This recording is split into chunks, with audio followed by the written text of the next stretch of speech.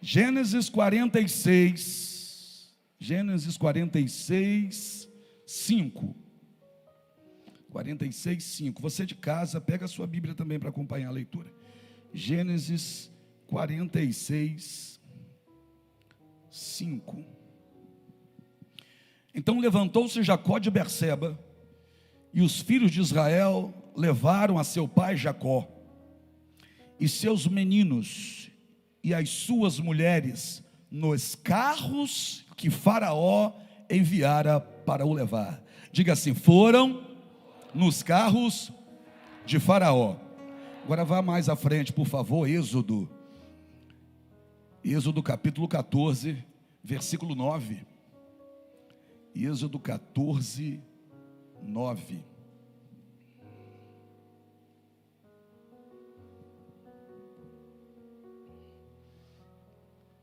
Êxodo 14, 9 diz assim: e os egípcios perseguiram-nos, todos os cavalos e carros de Faraó, e os seus cavaleiros, e o exército, e alcançaram-nos acampados junto ao mar, perto de Pi-Haiote, diante de Baal-Zefon.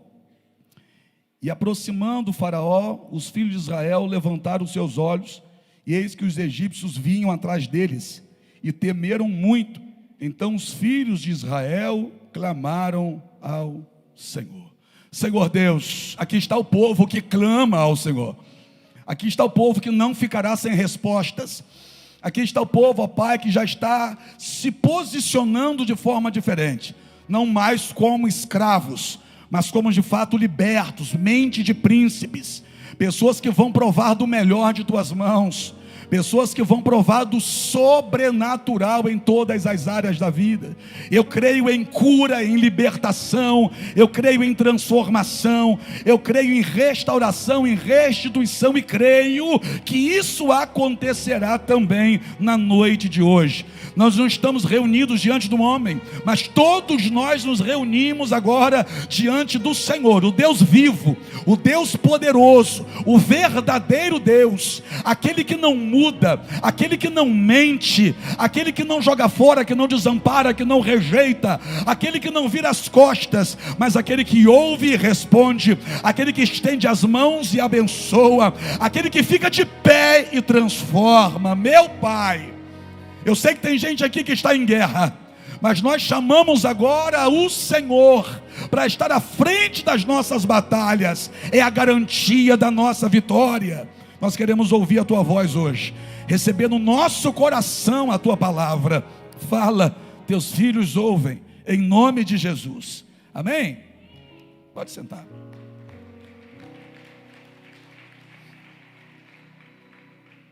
Tudo o que estava acontecendo com eles, Deus já havia dito que de fato estaria acontecendo. E Deus falou isso para aquele diante do qual ele passou pelo meio de um sacrifício e chamou esse homem para, a partir desse homem, formar uma grande nação.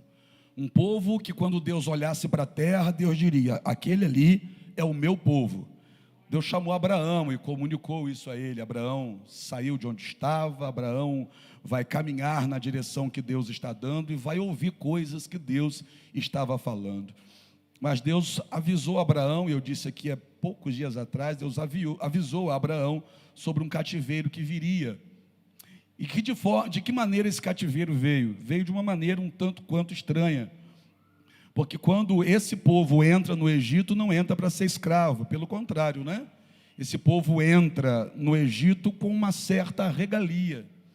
Eles entram no Egito em um momento, para eles, aparentemente bom, porque eles estavam vindo de uma fome muito grande, mas Deus havia criado todo um cenário, colocando José dentro do Egito, colocando José na cadeira de governador do Egito, colocando José para dar ordens dentro do Egito, para poder preparar lugar para esse povo.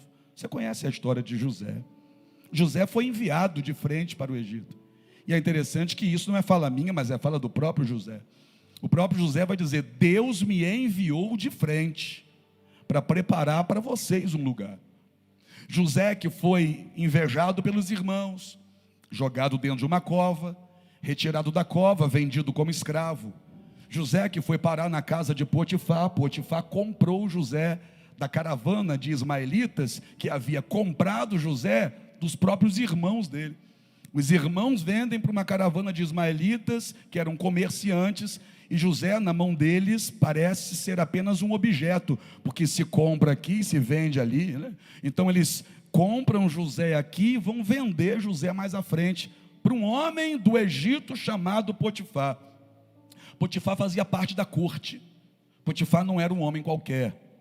Potifar tinha os seus bens, tinha as suas coisas de valor. E José começa, ainda na condição de escravo, a governar sobre a casa daquele que o comprou. Potifar olha para José e tem a certeza que ele só está prosperando porque José é que governa sobre os negócios dele. Aí José vai ouvir de Potifar o seguinte: olha, tudo que é meu eu coloco nas suas mãos, menos a minha mulher. O resto tudo está nas tuas mãos. Mas a gente sabe como a trama acontece. A mulher de Potifar quer agarrar José, José foge, a capa fica. A mulher acusa José de tentar agarrá-la. O marido acreditou e José foi parar dentro da prisão. José foi parar na prisão dentro do Egito. E é interessante que Deus estava cuidando de tudo, mas quem estivesse observando José naquele momento estaria pensando o seguinte: olha, tudo dá errado para esse rapaz. José está dentro da prisão, na prisão com ele tem um copeiro e tem um padeiro. Os dois vão ter sonhos e Deus dá a interpretação do sonho desses dois para José. José então interpreta o sonho que o padeiro teve, e José vai dizer para o padeiro: olha, para esse sonho aí quer dizer que você vai morrer. Você vai morrer. É aquilo que ninguém quer escutar da boca de ninguém, né? Você vai morrer. O copeiro também tem um sonho e conta para José, e José vai dizer para o copeiro o seguinte: olha, esse sonho seu aí quer dizer que daqui a 3 dias você vai ser tirado da prisão, vai voltar a servir dentro do palácio, vai voltar a colocar a taça na mão de Faraó, porque essa era a incumbência que ele tinha antes. Agora, por alguma razão, esse copeiro foi parar na prisão. Se esse copeiro, que era o homem de confiança de Faraó, foi parar na prisão, só aqui já tem algo muito estranho. Porque se ele perde a confiança de Faraó, como é que Faraó deixa ele vivo? Faraó não confia mais nesse copeiro a ponto de mandá-lo para a prisão, mas não manda arrancar a cabeça dele. Faraó não mata aquele que não tem mais a confiança dele, ele manda simplesmente prender, e aquilo naquela cultura não era comum, não era normal. Se fez alguma coisa que o Faraó não gostou, não tinha essa não, irmão, tinha misericórdia não, era decapitação. Só que esse homem não perdeu a cabeça, esse homem foi parar na prisão. Na prisão ele sonha, conta o sonho para José. José ainda vai dizer a ele uma coisa que vai deixar a história mais estranha ainda, porque esse homem estar vivo já é estranho, agora esse homem voltar a servir a taça na mão de Faraó é mais estranho ainda. E 3 dias depois, exatamente isso que acontece. O copeiro vai ser solto, vai voltar para dentro do palácio e vai servir Faraó novamente, vai colocar a taça na mão de Faraó. Só que antes dele sair, José diz para ele: quando estiver lá, lembra-te de mim, fale com o Faraó que nenhum mal eu fiz para que mereça estar aqui. O copeiro saiu 3 dias depois. Irmão, se os copeiros saíssem 1 ano depois, daria para entender o que aconteceu. Mas 3 dias depois, acontece algo sobrenatural com esse copeiro. 3 dias depois, a revelação que José entregou para ele se cumpre. Ele sai da prisão. Como é que esse homem sai da prisão e não está pensando em José? Porque de acordo com o texto, o copeiro se esqueceu de José. José fala para ele algo que era completamente improvável. O improvável acontece. Ele está dentro do palácio, 3 dias depois ele já esqueceu. Esqueceu. Quem fez esse homem esquecer? Esse homem sofria de amnésia, de Alzheimer, alguma coisa? Não. Esse homem tinha saúde perfeita, tanto que volta ao trabalho. Quem fez esse homem esquecer se não Deus? Desculpa, mas tem hora que é Deus que faz algumas pessoas esquecer de você.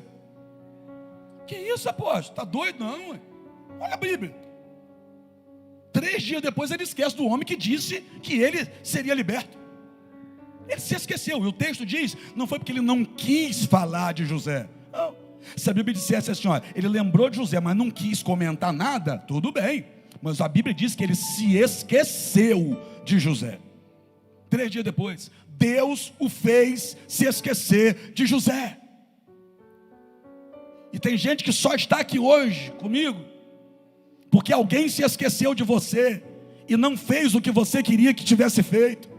Porque se tivesse feito, você não estaria buscando a Deus, você estaria buscando na mão deles ainda.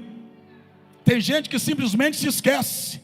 Tem gente que simplesmente some da sua vida. E desculpa, a gente coloca tudo na conta do diabo, mas tem gente que quem tira é o próprio Deus.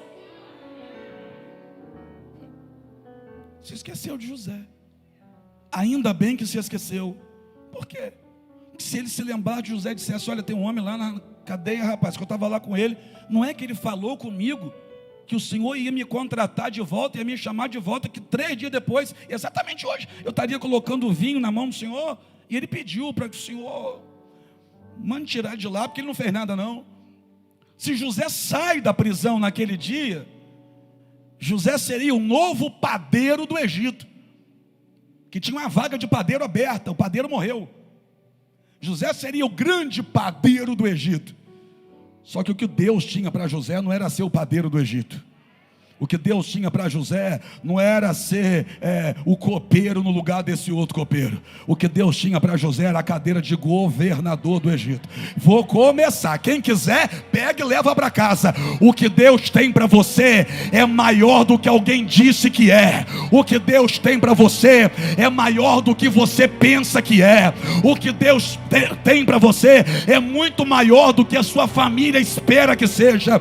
O que Deus tem para você, você ainda não conseguiu medir. Por quê? Porque você mede de acordo com a sua expectativa, com base no teu passado. Mas para projetar o teu futuro, Deus não precisou consultar o teu passado.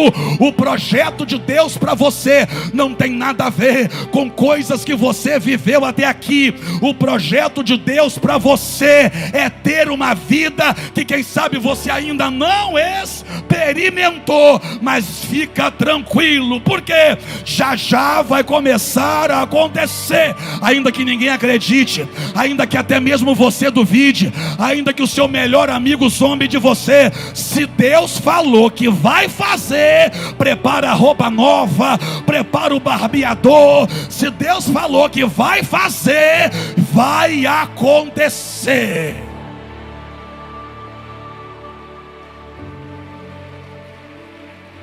Dois anos depois. Quantos anos? 2 anos depois, Faraó tem um sonho, fica maluco, doidão, não está conseguindo entender que sonho perturbador é aquele. Ele sonha, aquele sonho não era um sonho natural, não, era um sonho espiritual, precisava de uma interpretação. Ninguém dentro do Egito consegue interpretar o sonho que Faraó acabou de ter. Aí quando o moço, o copeiro, vem entregar a taça de vinho na mão dele, ele diz, eu tive um sonho, e ninguém consegue interpretar. A ficha do rapaz caiu e disse, peraí, senhor Faraó, lá na prisão tem um homem, que quando eu estava lá com ele, eu gosto disso, olha o que esse homem vai dizer, lá na prisão tem um homem, que quando eu estava lá e tive um sonho, ele interpretou o meu sonho, sobre ele habita um espírito excelente. Está preso, mas é diferente. Sobre ele habita um espírito diferente. Certamente ele terá a interpretação para esse sonho. Só que tem um detalhe, ele já saiu da prisão faz 2 anos. Quantos anos?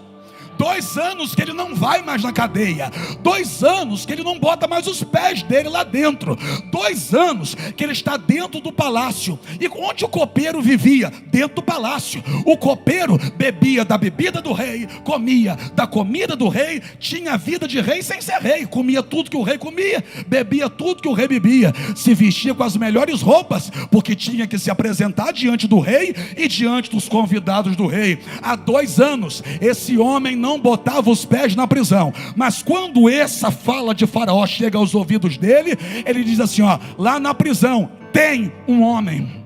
Lá na prisão tem um homem. Como é que ele sabe que José está vivo? Me ajuda. Como é que ele sabe que José ainda está na prisão? Me ajuda. Como é que ele sabe que não mataram José na prisão? Como é que ele sabe que a vida difícil lá dentro não acabou com José lá dentro? Irmão, ele está 2 anos sem ver José, mas ele sabe de uma coisa: um homem daquele não nasceu para continuar preso. Um homem daquele não nasceu para morrer na prisão. O homem daquele, com certeza nada vai destruir aquele homem antes que o Deus dele cumpra o que prometeu na vida dele. Com certeza José falou das promessas que Deus tinha para ele. Com certeza José falou dos sonhos que Deus havia dado a ele. Então o copeiro tinha uma certeza: certamente ele não morreu, porque ele não vai morrer sem que o Deus dele cumpra na vida dele o que prometeu a ele. Eu vou falar. Vai ter gente que quando for se referir sobre você, quando for falar o seu nome, também terá o mesmo nível de consciência. Ah, faz tempo que eu não vejo, mas com certeza está buscando a Deus. Faz tempo que eu não vejo, mas com certeza morto não está não, porque tem promessa na casa dele, tem promessa para a vida dele, tem promessa para... Eu estou pregando para quem tem promessa, não estou, irmão? Eu estou pregando para gente que está viva, não está? Você está vivo? Faz um barulho para eu saber se você está vivo mesmo. Faz barulho para eu ver. Ei, vai acontecer.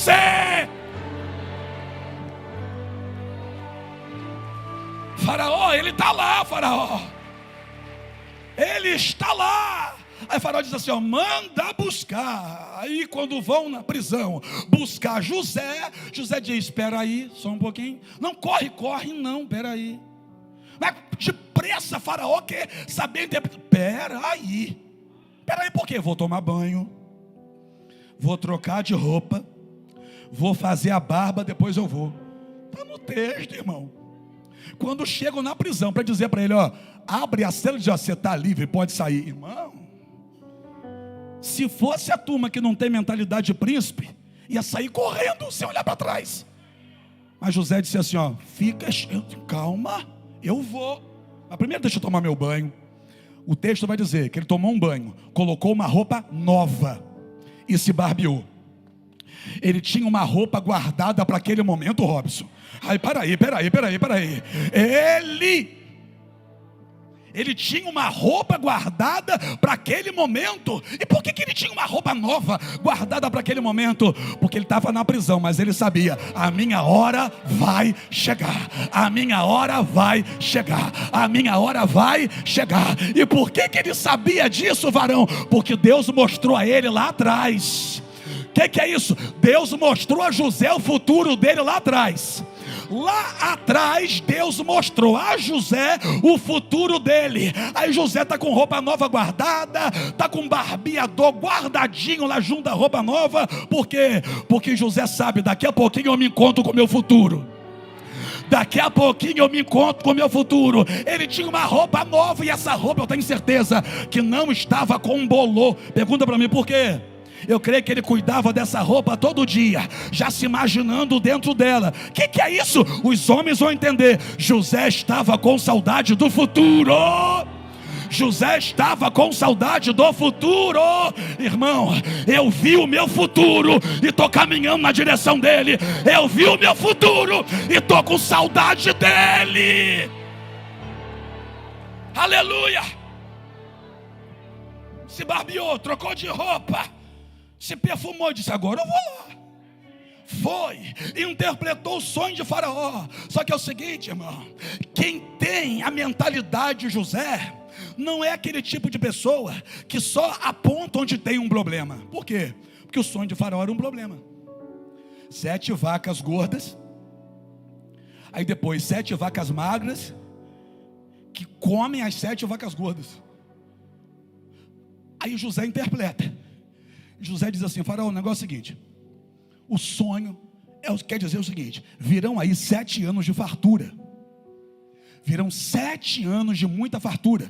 E isso no sonho está sendo representado, Faraó, pelas vacas gordas. Só que tem um detalhe, Faraó: depois dos 7 anos de fartura, virão 7 anos de escassez. E esses 7 anos de escassez que virão depois dos 7 de fartura, estão representados no sonho pelas vacas magras. Só que no sonho as vacas magras comiam as vacas gordas. Aí José diz para ele: ó, isso quer dizer que os 7 anos de escassez vão acabar com tudo que você conquistar nos 7 anos de fartura. José apresentou o problema. José apresentou o problema. Se José para de falar ali, eu teria que nessa noite dizer que José tinha mentalidade de escravo. Se José para de falar naquela hora, eu colocaria José no lado da folha dos escravos. Mentalidade de escravo, mentalidade de perdedor. Por quê? Porque perdedor só sabe apresentar problema. Perdedor só sabe apontar onde está a dificuldade.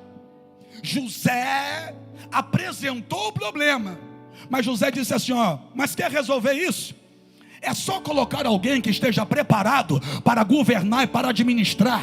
Porque aí, se tiver alguém preparado para administrar, os 7 anos de fartura, se administrar direito, pode vir os 7 anos de escassez, que não vai se sobrepor aos 7 anos de fartura. Faraó parou, coçou a careca, passou a mão na cabeça, com certeza estava cheio de óleo, Johnson. Olhou para um lado, não viu ninguém. Olhou para o outro, olhou para a turma que andava com ele há muito tempo, não viu ninguém. Olhou para José e disse assim: ó, você, oi, você, onde eu acharia alguém com tamanha sabedoria como você? Onde eu encontraria alguém preparado para governar o Egito como você está? José, a partir de hoje, você se assenta na cadeira de governador. Você só está abaixo de mim no que diz respeito ao trono, mas quem vai governar o Egito é você. Quem vai mandar no Egito é você. E José, a partir de hoje, o seu nome será Zafenate-Paneia. Você já ouviu isso? A partir de hoje o seu nome será Zafenate-Paneia. Só que a gente nunca conhece José como Zafenate-Paneia. Por quê? Porque José que vai governar o Egito é o José que mantém a sua identidade intacta. Faraó está querendo chamar de Zafenate-Paneia, mas José, quando olha no espelho, diz: eu não sou Zafenate coisa nenhuma, eu sou o José que Deus levantou desde lá de trás. Estou caminhando, eu vou chegar no texto ainda, não cheguei, né? Mas eu vou chegar, peraí. Porque José apresentou o problema, mas a mentalidade de príncipe fez ele apresentar a solução. Eu vou repetir: José apresentou o problema, mas a mentalidade de príncipe fez José apresentar a solução. Tem gente aqui que quer ser promovido no trabalho, mas vive apresentando o problema. Olha, a porta ali deu defeito, a porta não está subindo mais não.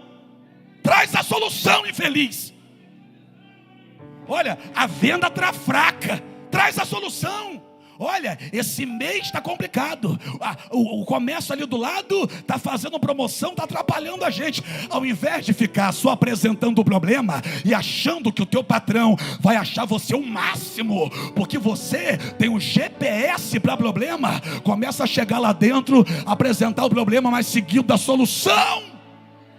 Porque quem apresenta a mentalidade, quem só apresenta o problema é mentalidade de escravo. Escravo só pensa no problema, acorda no problema, passa o dia no problema, vai dormir pensando em problema. E mentalidade de príncipe? Mentalidade de príncipe é o seguinte, ó: se levantaram contra você, né? Se levantaram. E aí? 1000 cairão ao meu lado, 10.000 à minha direita, mas eu não serei atingido. Mas você foi dispensado da empresa, né? Mandaram você embora. Mandaram, mas e aí? E aí como assim? Você perdeu o emprego? Eu nunca vi o justo ser desamparado, e nem a sua descendência a mendigar o pão. Olha, a fúria do diabo está grande contra a tua casa, né? Tá, mas e daí? Como assim daí? Praga nenhuma chegará na minha tenda. Ei, hoje você vai alinhar tua cabeça com a solução. Hoje você vai vir para o nível acima. O nível de baixo só enxerga problema. O nível de cima é o nível que já anda com a solução na mão. Por quê? Porque anda de braço dado com o Senhor. José trouxe a solução. Governou o Egito, vieram os 7 anos de fartura. José poupou durante os 7 anos de fartura. Vieram os 7 anos de escassez. E agora os celeiros do Egito estão abarrotados de trigo. Começou a ter uma grande fome na terra.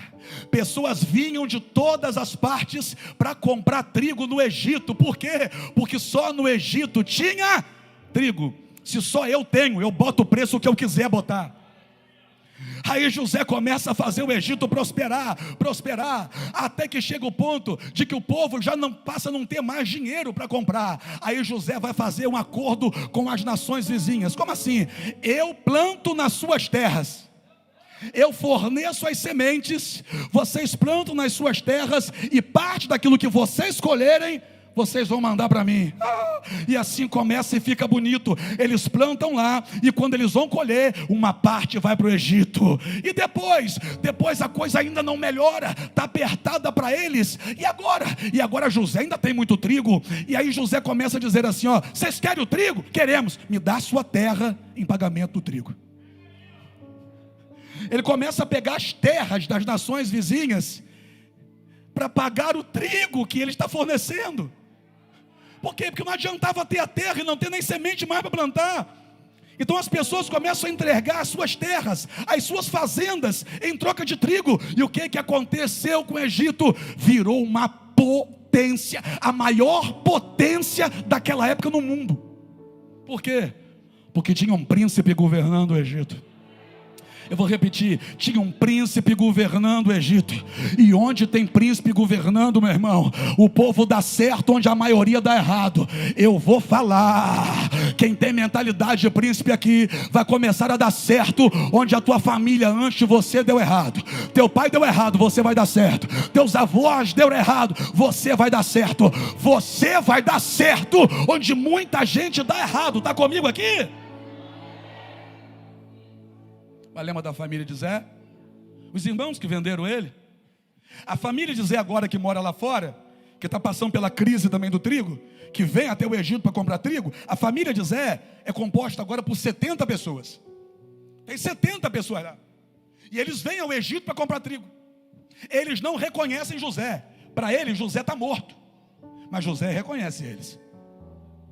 Vida de perseguidor não muda. Vida de príncipe sempre está mudando para melhor, a ponto de nem reconhecer. Eles não reconhecem José, José reconhece eles. Vida de escravo não muda. Vida de mente escravizada não muda. Eles continuam os mesmos de sempre. E José está bem diferente do que um dia foi. José, a primeiro momento, não se deixa conhecer por eles, não se faz conhecer. Mas chega um momento, eu vou ter que correr com isso aqui, que José se apresenta para os irmãos. Os irmãos ficam com medo e pensam assim: meu Deus, nós fizemos o mal a ele, agora ele vai matar a gente. José diz assim: fiquem tranquilos, eu não vou me vingar de vocês. Foi Deus que me mandou para cá de frente, para preparar esse momento para receber vocês. Aí José vai perguntar pelo pai, se o pai ainda vive. O pai está vivo. Resumo e vou para o final. José agora vai trazer a família dele para dentro do Egito, para uma parte do Egito chamada Gósen. E há quem diga que Gósen era uma parte ruim. Quem disse? Era uma das partes onde tinha a terra mais fértil dentro do Egito. Porque José está por cima, José é o governador, José escolhe a terra para colocar a família dele.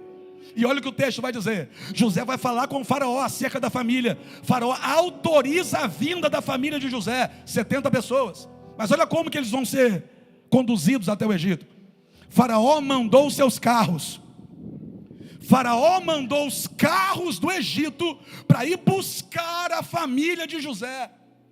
lá distante, chegam todos os carros do Egito, os carros de guerra, os carros de transporte, chegam para poder transportar o povo de Deus para dentro do Egito.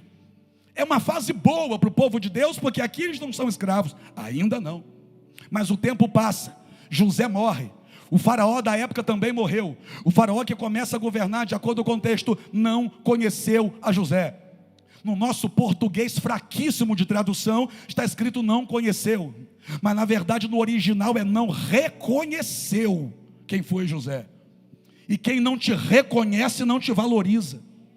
Então, como esse faraó não reconheceu quem foi José e a importância de José para o Egito, ele começa a escravizar os descendentes de José.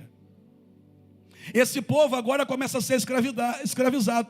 Só que como entrou 70 pessoas e eles ficaram lá dentro 430 anos, agora são aproximadamente 2 milhões de pessoas.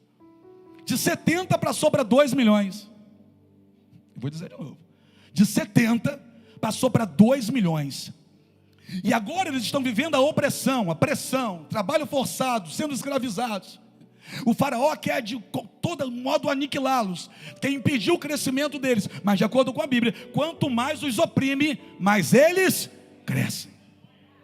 Quanto mais oprime, mais eles crescem. É nessa época que Deus faz nascer um homem chamado Moisés. Moisés nasceu para ser aquele que estaria à frente desse povo para libertá-los. Só que quando José nasce, ele precisa ser escondido, porque a fúria de Faraó estava agora sobre as crianças, mandou matar os meninos. José vai crescer dentro do palácio de Faraó, porque a filha de Faraó encontrou José dentro de um cestinho que a mãe de José colocou nas águas do rio Nilo. Estou abreviando, porque a grande maioria já conhece essa história. José cresce dentro do palácio. Moisés cresce dentro do palácio. Só que Moisés ainda não está com a cabeça dele alinhada com o pensamento que Deus tem para ele. Por quê? Porque ele vê um soldado hebreu oprimindo um soldado egípcio, oprimindo um hebreu.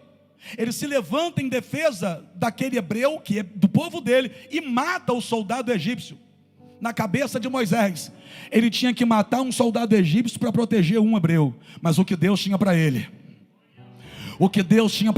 era muito maior do que aquilo que ele estava pensando que estava ali para fazer. Naquele momento ele achou que ele estava ali para proteger um hebreu de um egípcio. O que Deus tinha para ele era libertar o povo todo através da vida dele da opressão dos egípcios. Eu vou dizer de novo o que eu já disse: o que Deus tem para você é muito maior do que você pode imaginar.